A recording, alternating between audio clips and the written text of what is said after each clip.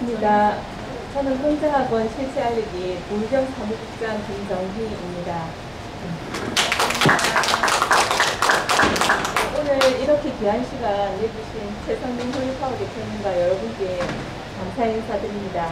짧은 시간이나마 공자학원의 실체를 알게 돼서 정말 기쁘고요. 오늘 이 시간을 계기로 공산주의와 공자학원의 진실을 주변에 더 잘 알릴 수 있었으면 하는 바람입니다. 저희 CUCI가 제작한 동영상이 있는데 할 수가 없어서 영상이 올려져 있는 블로그 링크를 대표님께 전달해 드리겠습니다. 5분짜리 영상이니까 오늘 이 시간 이후에 한번 들어가서 보시면 좀 더 자세히 잘 알 수 있을 것입니다. 그리고 주변에 많이 공유해 주시면 고맙겠습니다. 여러분이 공자학원에 대해서 전혀 알지 못했을 때에 공자학원에 여러분의 자녀나 이웃이 중국어를 배우러 간다고 했으면 여러분들 어떻게 생각하셨겠습니까? 네, 아주 좋게 생각하셨을 겁니다. 우리 공자라고 하면 세계 4대 성인 중에 한 분이시고 또 게다가 지역대학에서 싼 교육비로 또 중국 원어민 교사가 중국어와 중국 문화를 가르친다고 하면 너무 좋겠죠? 근데 중국은 어떤 나라인가요? 네, 중국은 우리는 중국과 중국인, 중국 공산당을 구분해서 볼 줄 알아야 합니다. 지금은 중국 공산당이 중국이라는 나라를 다스리고 있죠. 그 속에는 중국에 독재된 나쁜 중국인과 독재되지 않은 좋은 중국인이 섞여 있습니다. 그리고 중국은 고대 문명 중 유일하게 남아있는 황화 문명의 발산지고요. 동아시아는 물론 유럽에까지 전해져서 전 세계 문명에 큰 영향을 미친 나라이기도 합니다. 하지만 중공이 집권한 이후에 그들은 중국인의 내면에 뿌리 깊게 흐르는 5000년 중국 전통 신앙과 문화를 송두리째 뽑아내고 공산 사상을 집어넣기 위해서 끊임없는 정치 운동하고 악랄한 술집 등을 동원했었습니다. 중공의 주요 타겟은 종교인과 문화 엘리트들이었습니다. 이들은 공산주의의 무신론을 받아들일 수 없는 그런 사람이라서 제거 대상이었습니다. 중국에서는 전통적으로 내려오는 유교, 불교, 도교를 비롯해서 서양의 기독교와 천주교가 중국 내에 자리 잡고 있었습니다.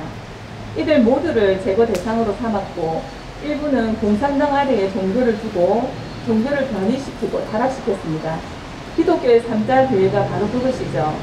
그리고 지금도 가정 기독교인들은 숨어서 신앙생활을 하고 있지 않습니까? 네. 중국 공산당 정권이 들어선 후 몇 년 사이에 300만 명에 가까운 종교인이 붙잡히거나 살해됐다고 합니다. 그 이후로도 1966년 문화대혁명 때부터 10여 년간 티베트 불교와 공자의 육아 사상을 집중적으로 파괴했고요. 또 1999년부터는 진선인을 신념으로 생활하는 파룬궁 수련자들을 박해하기 시작했습니다. 물론 중공에 의해 살해된 민중들의 숫자는 어마어마합니다. 중공의 사악함은 과거로 끝난 것이 아닙니다. 신장 위구르, 티베트 탄압, 파룬궁 박해와 충격적인 중국 정부의 생체 장기 척출까지 중국은 자국민들을 반체제 인사로 몰고 장기식 산업을 하는 반인도 범죄국입니다. 이는 2019년 영국에서 열린 민간법정 중국재판소에서도 모두 밝혀진 내용입니다. 중국 정부는 탄압과 동시에 돈을 벌기 위해서 엄밀한 국책사업인 생체 장기 적출로 수많은 희생자를 낳아서 세계를 경악하게 했습니다. 또 중국은 하나의 중국을 주장해 대만을 국가로 인정하지 않습니다. 그리고 대만과 교류하는 다른 국가에도 제재를 가합니다. 지금은 코비드19 중공 바이러스죠. 이 발생을 은폐 축소해서 전 세계가 팬데믹에 빠지게 했습니다. 2019년에서 2020년에는 중국이 홍콩 범죄인 인도법과 보안법을 개정해 전 홍콩인이 목숨을 걸고 거리 시위를 했습니다. 그들은 세계를 향해 이런 경고의 말을 날렸습니다. 세상 사람들에게 중국 공산당은 당신의 정부로 침투할 것이고 중국 기업은 당신의 정치 성향에 개입할 것이다. 그리고 중국은 당신의 나라를 미국처럼 섭취할 것이다. 깨어 있어라. 조심해라. 아니면 우리의 다음이 되던가. 중공은 자국민을 살육하는 데 그치지 않고 세계를 공산화하기 위해서 초한전, 한계가 없는 전쟁을 벌이고 있지만 우리는 초한전을 전쟁으로 인식하지 않고 있습니다. 사실 공자학원도 초안전의 일부인 것입니다. 공자학원은 2004년부터 중국어 교육과 문화교류라는 그럴듯한 명목을 내세워서 전 세계 대학 캠퍼스에 설립됐습니다. 한때는 그 숫자가 150여 개 국가에 500여 개에 이르렀습니다. 2012년부터 국제적인 논란이 됐고요. 중국이 국내 교육비로는 개발도상국 수준에도 못 미치는 매우 낮은 예산을 지출하면서 그 외에 공자학원에는 설립비 10에서 20억, 유지비는 매년 1에서 2억을 주고 무료로 중국 유학까지 보내주고 있습니다. 왜 그 많은 돈을 다른 나라 젊은이들 위해서 사용하는지 우리가 합리적인 의심을 할 수밖에 없습니다. 더불어 2012년 캐나다 맥메스터 대학에서 사롱공 수련을 하던 공자학원 강사가 학원에서 이루어지는 친공산주의 교육을 폭로하면서 망명을 요청하고 문제의 심각성이 인식되기 시작했습니다. 여러 곳에서 공자학원을 조사하기 시작하면서 보고서들이 나왔는데요. 합리적인 의심은 사실로 드러났습니다. 공자학원은 중국 공산당이 그 자금을 대고 전임 부총리나 통일전선부 부장 등 공산당 간부가 관리 감독을 해왔습니다. 프로의 목마처럼 공자라는 이름 뒤에 숨어서 학술적 진실 왜곡과 공산주의 선전도입뿐만 아니라 스파이 활동도 하고 교내 회사 활동과 연구 활동을 검열하고 압박하고 있었습니다. 중국이 행사하는 일종의 보이지 않는 압박을 샹들리에의 아나콘다로 비유할 수 있는데요. 중국에 대한 두려움이 자기 검열을 하게 만듭니다. 중국의 대외 선전에 유리한 것만 말하게 하고 그들이 숨기고 싶은 것, 즉 티베트, 위구르, 대만, 인권, 파룬궁 이런 거는 언급하지 못하게 입을 막습니다. 공자학원에서는 공자가 농민을 무시하고 부를 추구하고 하는 이중적인 사람이었다고 설명합니다. 그리고 반면에 중국 교재에는 중공과 마오쩌둥을 찬양하는 노래가 실려 있습니다. 중국어 암송대회에서는 중국 중학생들이 필수적으로 암송하는 마오쩌둥의 시가 추천됐습니다. 이런 걸 외우고 대회를 열어서 자연스럽게 마오쩌둥의 사상을 우리 젊은이들의 머릿속에 넣게 하는 겁니다. 학생들은 공자학원에서 개최하는 각종 대회에서 상도 받고 또 공짜 중국 연수회, 공짜 중국 유학도 갑니다. 이런 혜택을 받은 사람들이 중국에 대한 어떤 태도를 가지게 될까요? 우호적일 수밖에 없습니다. 인지상정이죠. 더 큰 혜택을 받게 되면 그때는 스스로 중국에 충성하는 사태가 생기지 않을까 우려도 됩니다. 한편 공자 장학금을 받은 학생은 공짜 유학이라 좋았는데 생활비까지 주는 것이 좀 이상했다. 그런데 석사 논문을 쓸 때 모종의 압력을 느꼈다라고 솔직하게 말하기도 했습니다. 현재 우리나라 대학에 중국 유학생들이 되게 많은데요. 그들의 한국 길들이기는 너무 흔합니다. 홍콩 시위를 지지하는 대자보는 훼손되기 일쑤입니다. 티벳 독립에 관한 부스를 설치했다는 이유로 중국 유학생들이 분노했고 중국 대사관도 대학을 방문해서 항의했는데 대학 측은 하나의 중국 정책을 존중한다며 공식 사과까지 했습니다. 또 BTS가 수상소감에 6.25 전쟁 참전 용사와 가족에 대한 추모 발언을 하자 이를 트집잡기도 했습니다. 중남대 화상 수업에서는 대만 독립을 언급하자 중국 유학생들의 항의 댓글로 도배가 됐습니다. 정경희 국회의원은 국정감사 자리에서 이런 중국 유학생들의 수업권 침해와 공산당 선전에도 대학이 수수방관하고 있는 것에 대해 따끔하게 지적했습니다. 우리 대학이 중국 유학생들을 유치하기 위해서 중공의 눈치를 보고 있고 어떤 경우는 중국에 유리한 조건을 제시하지 않으면 유학생을 보내지 않겠다는 모종의 협박도 하기도 했습니다. 대학의 총장이나 공자학원의 관계자들이 중국으로 연수를 다녀오고 그들과 지속적인 관계를 유지하고 그들의 눈치를 보는 모습에서 대학 내 학문의 자유가 과연 지켜질까 하는 의구심마저 듭니다. 공자학원이 대학에 뿌리를 내리고 있고 여기에서 바지를 쳐서 중고등학교에 공자학당이라는 것이 만들어졌습니다. 이런 학교에서는 진학 설명회 때 성적 우수 학생에게 중국 연수를 보내준다고 홍보까지 합니다. 이렇게 우리 미래 세대가 중공에게 가로채고 있습니다. 공자학원에서 지역민을 대상으로 중국어 교육과 문화 행사를 하고 있고요. 또 각 단체나 기관들과 MOU를 맺으면서 그 영향력을 확대하고 있습니다. 때로는 공자학원 원장이 중국과 한국 간에 MOU를 맺을 수 있도록 다리를 놓습니다. 공자학원이 학원 안에서 학생들만 가르치는 것이 아니라 우리나라 전역에 거점이 되어서 사회 각층의 사람들을 포섭하고 공작해왔으니 그들의 활동 자료에 다 드러나 있습니다. 여기서 잠깐 퀴즈 하나 내겠습니다. 10월 1일은 무슨 날이죠? 네, 작년에 10월 1일을 기념하는 현수막이 부산 시내 어느 육교에 걸렸습니다. 아시는 분 아시죠? 네. 거기에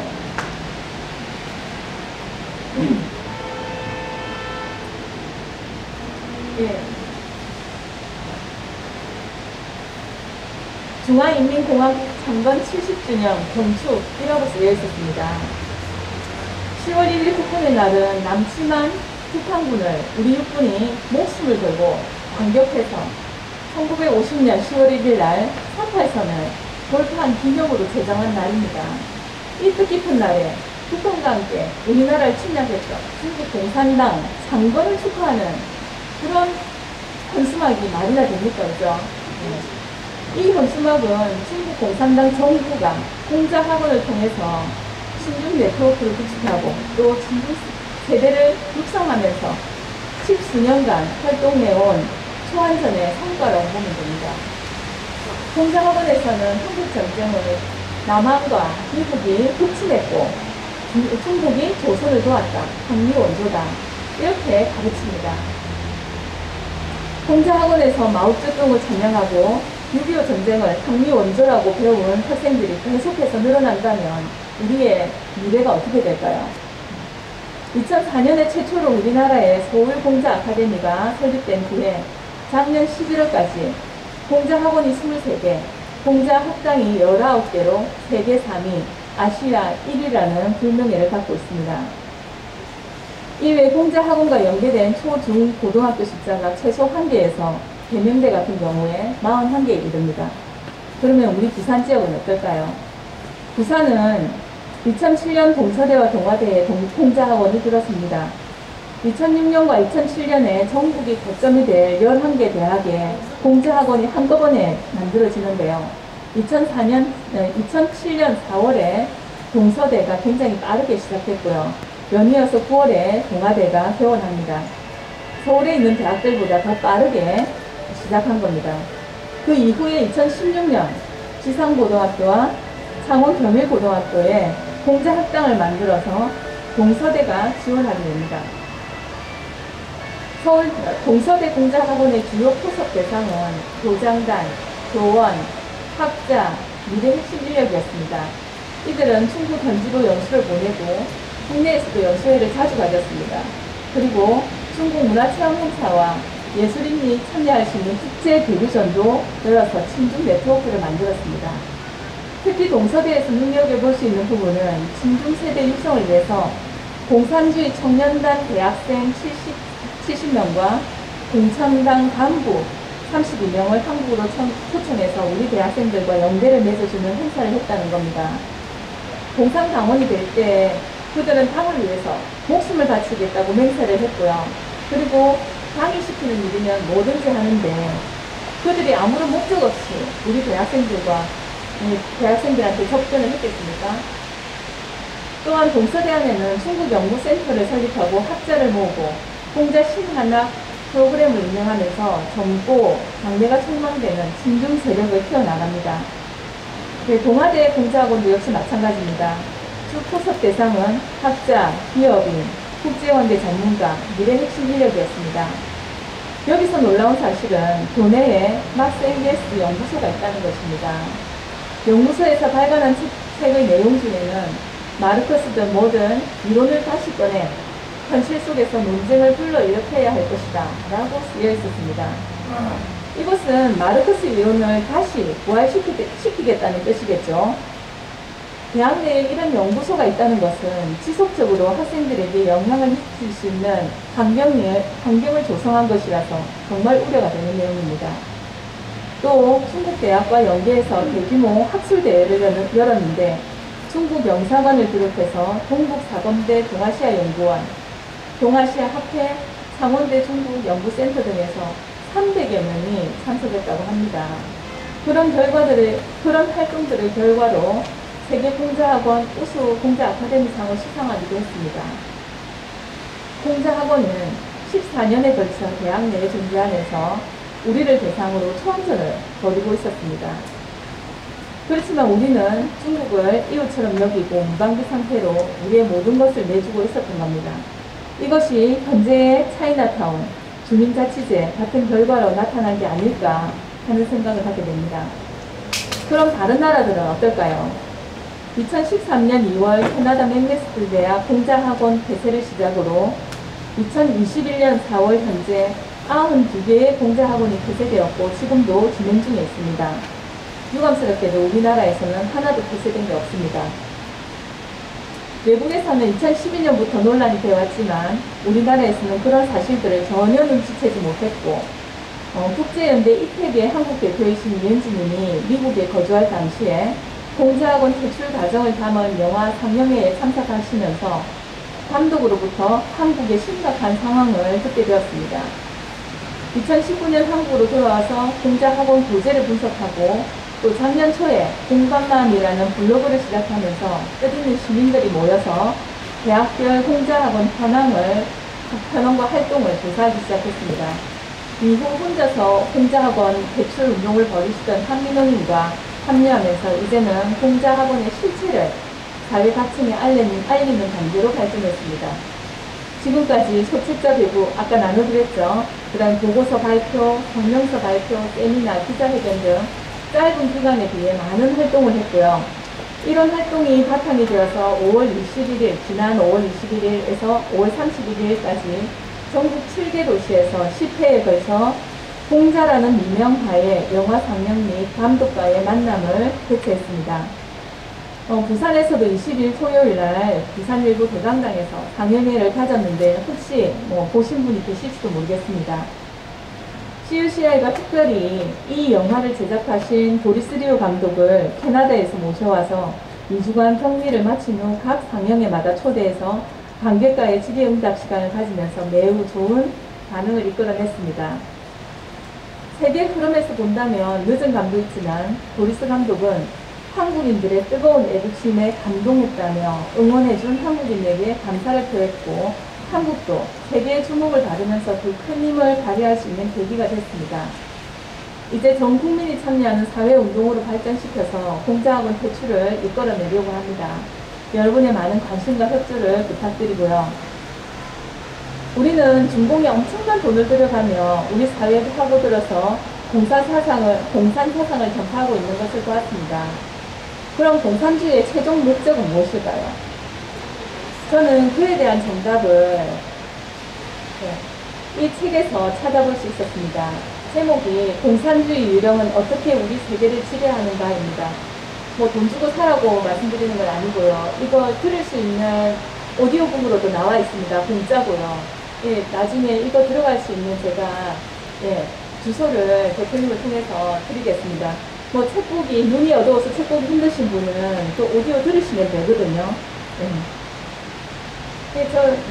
저는 이 책을 통해서 공산주의의 민낯을 똑똑히 볼 수 있었습니다. 그리고 너무 자연스럽게 우리 사회에 스며 있으면서 공산주의의 요소인지 몰랐던 것들도 참 많았습니다. 적을 알고 나를 알면 백전백승이죠. 꼭 한번 읽어보시길 추천드립니다. 그리고 마지막으로 중국 공산당을 없애기 위한 세계연대 서명 캠페인이 진행 중에 있습니다. ENDCCP, INDCCP라고 검색하시면 사이트에 접속할 수 있습니다. 현재 거의 100만 명 정도가 동참했습니다. 이 전 세계 운동이기 때문에 여러분도 꼭 서명하시고 중국 공산당 제거에 도움을 주시기 바랍니다. 제 얘기는 여기서 마치고요. 오늘 이 자리에 공자학원 실체 알리기 부울경 대표님이신 강석수장님이 참석하셨습니다. 잠시 얼굴만, 네. 뒤에서 손을 드시네요. 네. 네, 이상으로 제 말씀 마치겠습니다. 감사합니다.